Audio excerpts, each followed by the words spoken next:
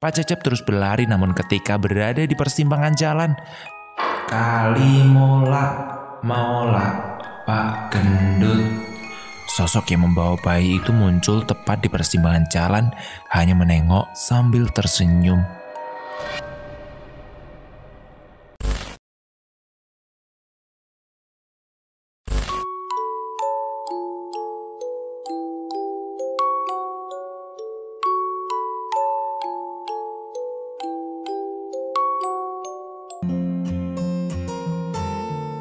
Assalamualaikum warahmatullahi wabarakatuh. Teman-teman, kita lanjutkan cerita Restu Wiratmaja, Santet Mantan Istri. Seperti apa ceritanya? Klik tombol subscribe, like, dan juga komen dulu ya, sebagai dukungan teman-teman ke channel ini. Dan inilah ceritanya. Kakek, Mira boleh buka mata nggak? Boleh. Buka aja. Makhluk itu sudah nggak ngikutin kita lagi kok. Pak Cecep langsung menuju bagasi mobil. Untungnya kunci mobilnya selalu dia bawa di kantong bajunya. Mira, udah ayo cepet naik. Kita harus ke rumah sakit sekarang. Mira menaiki mobil disusul oleh Pak Cecep yang langsung menyalakan mobilnya. Bismillahirrahmanirrahim.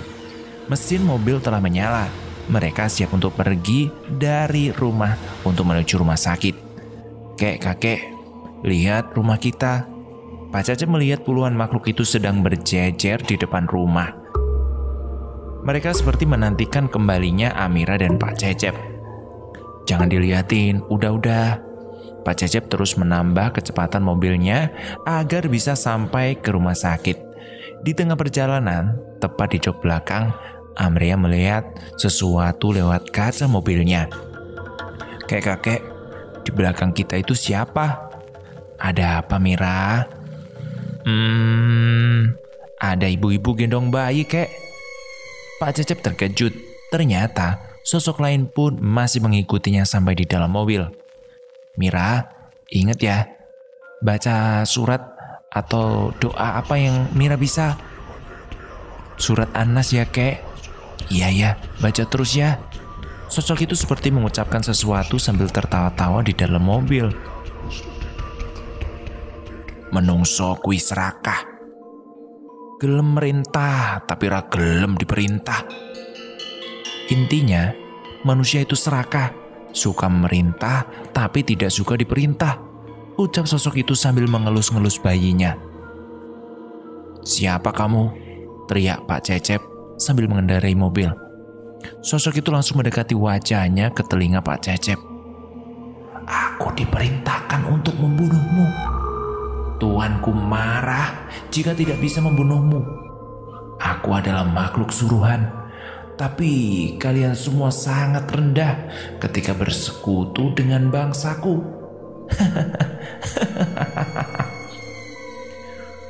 Suara tawanya melengking menyakitkan telinga Cecep.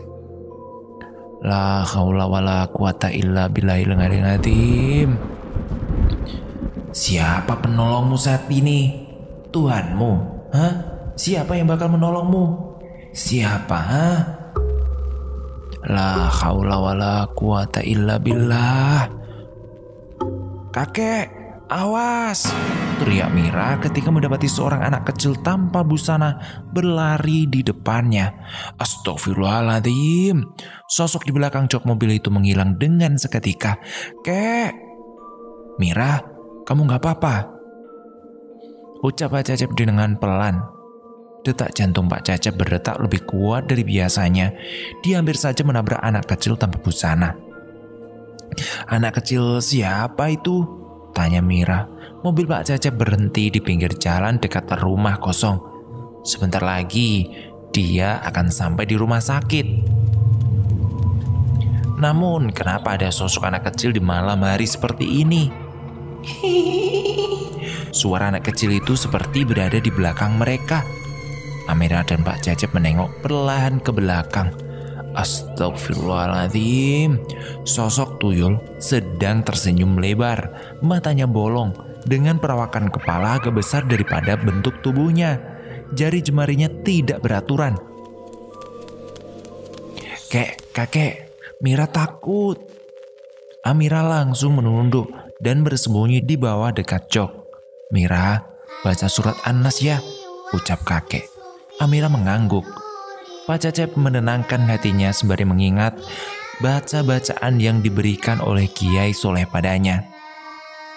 Ya Allah, aku pasrahkan semua ini padamu, ucap Pak Cecep. Kemudian dia mengusap kedua matanya dengan air mineral.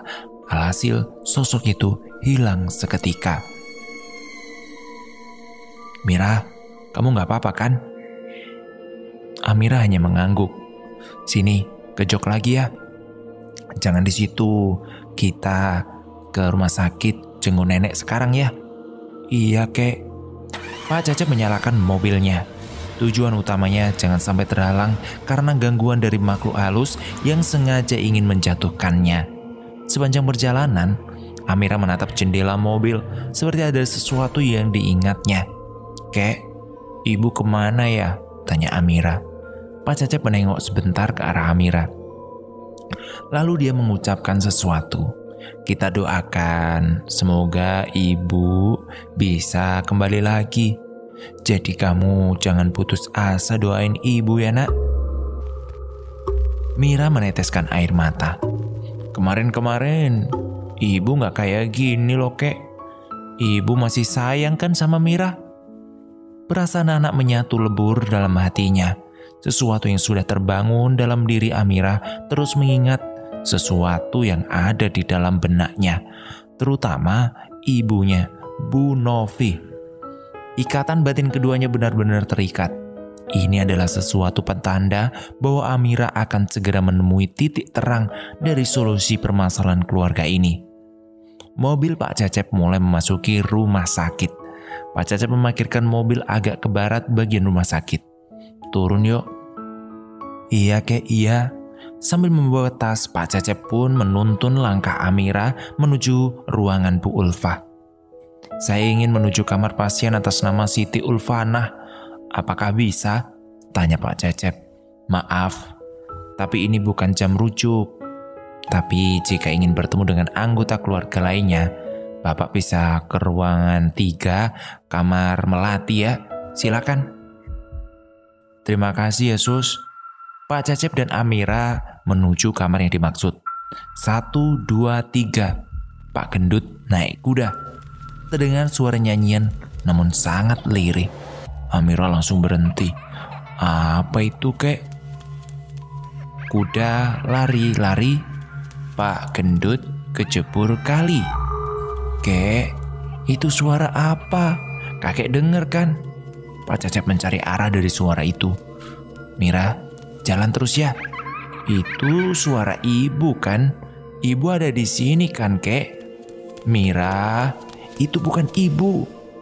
Kek, ibu di mana? Pak Cecep langsung mengangkat tubuh Amira menuju ke ruangan yang dimaksud. Pak Cecep tahu itu bukan suara Novi. Itu adalah suara sosok lain yang suaranya menyerupai Novi. Kek, turunin Mira, Kek. Jelas Amira terus dengan tangisan. Pak Cecep terus berlari namun ketika berada di persimpangan jalan, hawa merinding benar-benar terasa. Kalimola, Pak Gendut. Sosok yang membawa bayi itu muncul tepat di persimpangan jalan, hanya menengok sambil tersenyum. Jumput Iwa, ucap sosok itu sambil tersenyum. Astagfirullahaladzim, la haula wala quwata illa billah.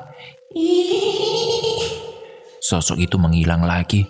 Kayak itu tadi apa? Itu setan, Mira. Pak Cecep melanjutkan perjalanan kembali. Terlihat 2 orang sedang terjaga dalam duduknya. Dia adalah Ikhwan dan Sajim. Bapak, teriak Amira.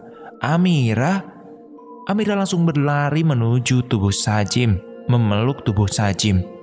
Mira takut Bapak. Takut kenapa toh nak? Ikhwan, Sajim, gimana keadaan ibu? Tanya Pak Cecep. Ibu hampir terkena gagar otak Pak. Namun insya Allah besok sudah siuman. Alhamdulillahirrabbilalamin. Siapa pelaku penyerangan ini, Wan? Masih belum jelas toh, Pak. Ada apa tuh sebenarnya ini, Pak? Tanya Sajim. Rumah dikuasai oleh puluhan makhluk halus. Beberapa ada yang menyerang kami. Energi mereka cukup kuat. Itu seperti wadah bagi mereka untuk menampakkan diri. Sambung Ikhwan. Sosok wanita menggendong bayi itu. Suasana menjadi sunyi dan sepi. Pak Cecep memperhatikan si kecil Mira yang masih shock. Sosok itu adalah wadah bagi Novi. Untuk menghentikan ini, kita perlu membinasakan Malik. Jelas Ikhwan. Malik? Siapa dia? Tanya Pak Cecep. Dia adalah orang yang menyandera Novi sekarang, Pak. Itu artinya Novi masih bisa diselamatkan? Tanya Pak Cecep. Kemungkinan besar bisa, Pak. Namun, tanpa menghancurkan si pemilik kiriman itu, kita tak akan bisa menembus ke dalam lebih jauh. Ini seperti lubang yang sangat dalam dan sulit untuk menemukan ujungnya. Apakah ada solusi lain? Tanya Sajim. Besok kita akan menemui Farah ya. Dia juga akan membantu kita untuk menemukan tempat Malik berada. Bagaimana kalau kita langsung menerobos masuk ke tempat Malik saja? Risikonya terlalu besar. Kita tidak bisa terlalu terburu-buru seperti itu. Kita istirahat sesaat dulu. Besok aku akan menemui Kiai Soleh. Pak dan Sajim sama kamu dan Mira di sini saja terlebih dahulu. Ikhwan, kamu boleh menemui Farah. Kita bisa bergerilya untuk menembus Malik. Ucap Pak Cecep.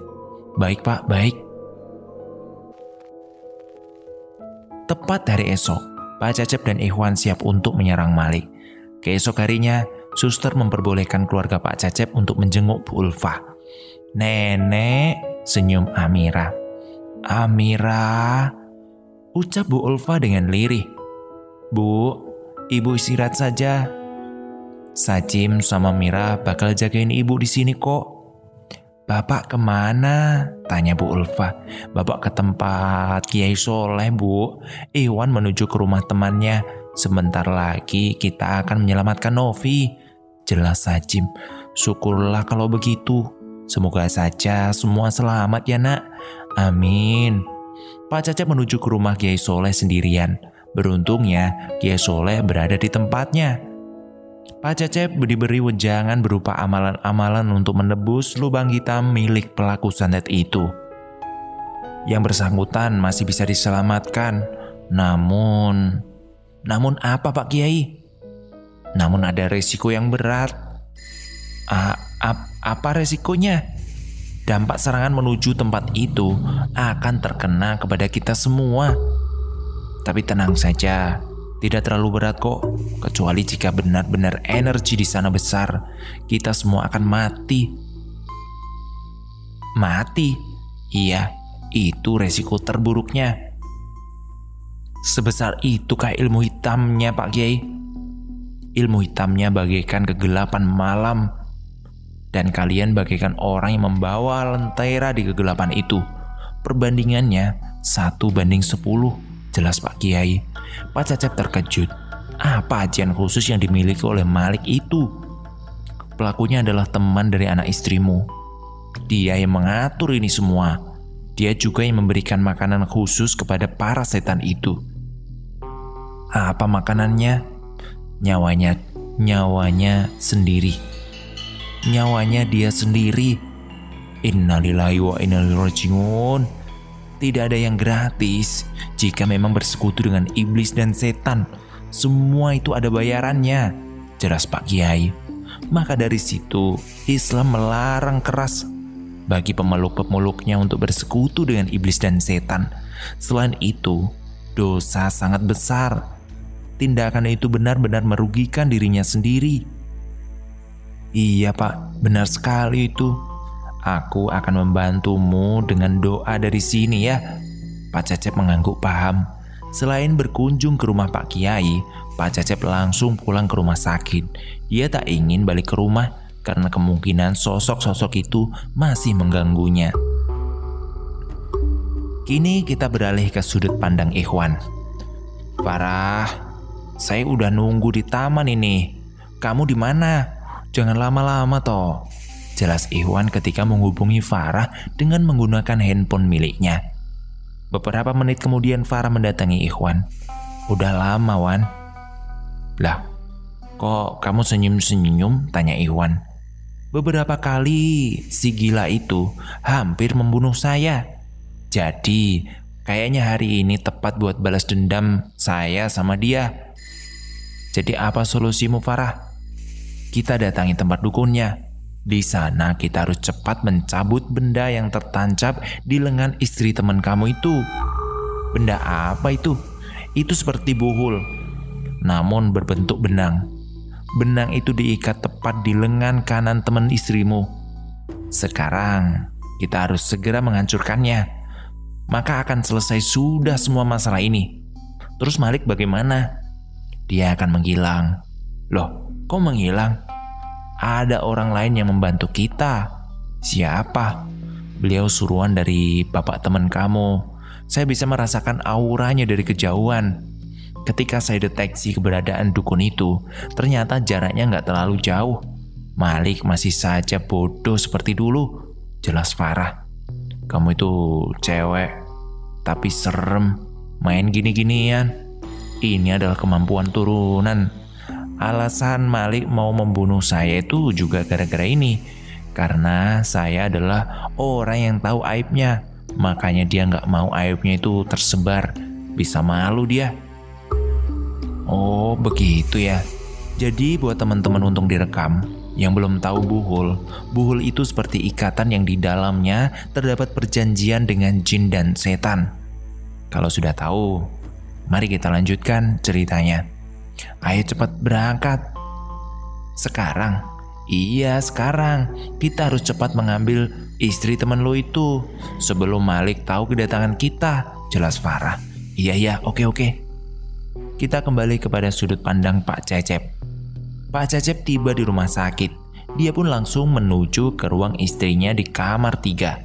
Di sana dia mendapati beberapa suster, Sajim dan juga Mira. "Gimana Pak?" tanya Sajim. "Jim, di depan saja ya kita ngobrolnya." Sajim pun izin keluar kamar. "Gimana Pak, gimana?" "Pak Kiai mau bantu kita. Dia akan mendoakan kita dari jauh." "Terus gimana Ikhwan?" "Ikhwan siap menyerang ke tempat dukun itu Pak. Nanti dia akan share lokasinya. Begitu di share lokasi, kita harus segera ke sana." "Bagus dah kalau gitu. Hari ini juga kita bergerak ya," ucap Pak Cecep. "Gimana dengan Mira dan Ibu?" "Insya Allah makhluk itu tidak berani mendekati mereka karena Pak Kiai sudah memerintahkan beberapa santrinya untuk menuju rumah sakit ini." "Alhamdulillah." Beberapa saat kemudian handphone Sajim berbunyi. Ada notifikasi Pak. Sajim membuka handphone dan membaca pesan Ikhwan. "Lokasinya sudah dapat. Gimana Pak kalau kita berangkat sekarang saja?" "Oke siap." Mereka berdua siap untuk mendatangi lokasi tempat Novi disekap. Pak Cecep mulai menyalakan mobil. "Jauh nggak?" "Setengah jam dari sini Pak." Mereka langsung beranjak ke lokasi yang dituju. Di sana ada Ikhwan dan Farah yang menunggu kedatangan Sajim dan Pak Cecep. "Saya mau tanya," ucap Ikhwan. Kenapa? "Dukun itu katanya memiliki 100 jin yang bisa melukai orang." "Iya, kenapa memang?"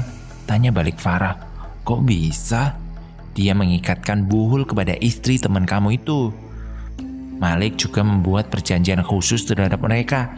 Yang lebih diwaspadai lagi, setiap jinnya itu menggoda kepada jurang kegelapan. Hawa di sana benar-benar sangat gelap. "Makanya kita harus nunggu temen kamu dulu," jelas Farah. "Bisa nggak orang yang membantu kita membunuh mereka berdua? Saya udah kesel banget sama mereka. Walaupun saya sedikit tahu, tapi saya nggak seahli itu," jelas Ikhwan. "Wah, kamu itu main bunuh-bunuh aja. Dikira nyawa gampang bikinnya. Saya juga inget agama lah. Jadi kita bakal bantu orang yang bantu kita itu orang yang besar. Maksudnya dia kiai besar, makanya caranya lebih efektif. 2 orang itu harus dilemparkan dan tidak akan bertemu lagi dengan kita." Dilemparkan? Maksudnya bagaimana? Dilemparkan itu dihilangkan dari tempat ini. Bisa dipindahin ke tempat lain. Atau mungkin ya kita nggak tahu. Itu temen gue itu tuh, Sajim namanya. Pantes istrinya dibawa orang lain. Kenapa memang? Suaminya tipe orang yang kurang memahami. Aku bisa tahu dari keberadaannya. Iya memang benar itu. Iwan juga mengira kepergian Novi adalah sebab kepribadian yang ketidakpedulian Sajim. Istrinya orang baik sebenarnya, namun dia tenggelam dalam nafsunya untuk segera meninggalkan suaminya. Santet itu berusaha menenggelamkan keluarganya, dan itu gara-gara Malik. Kenapa dengan Malik? Malik memanfaatkan hal ini. Dia mengendalikan Novi dengan iming-iming kekekalan dalam dunia lain.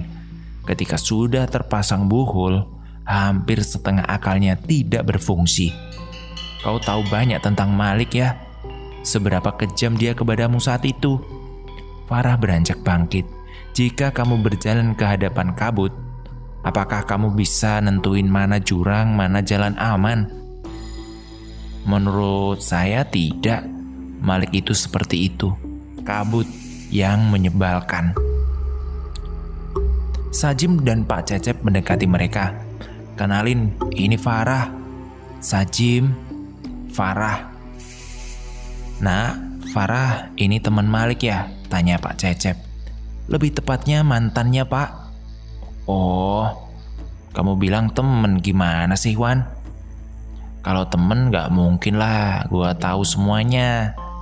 Memang benar, Farah ini tipe wanita yang tidak bisa ditebak. Usut punya usut. Farah tahu semua tentang hubungan antara Malik dan dukun itu. Karena itu, Farah tahu detail mengenai jenis santet yang diarahkan kepada Sajim. Apa yang Nak Farah tahu darinya?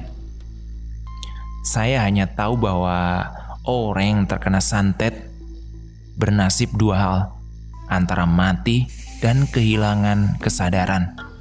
Maksudmu apa, Farah? Apa kita bisa menyelamatkan Novi? Sudah dulu ceritanya. Besok kita lanjutkan lagi. Ceritanya masih panjang dan semakin seru. Jangan lupa komentar dan sisipkan asal kota kalian ya. Sebagai penyemangat kita buat bikin konten setiap hari. Terima kasih. Sampai jumpa. Assalamualaikum warahmatullahi wabarakatuh.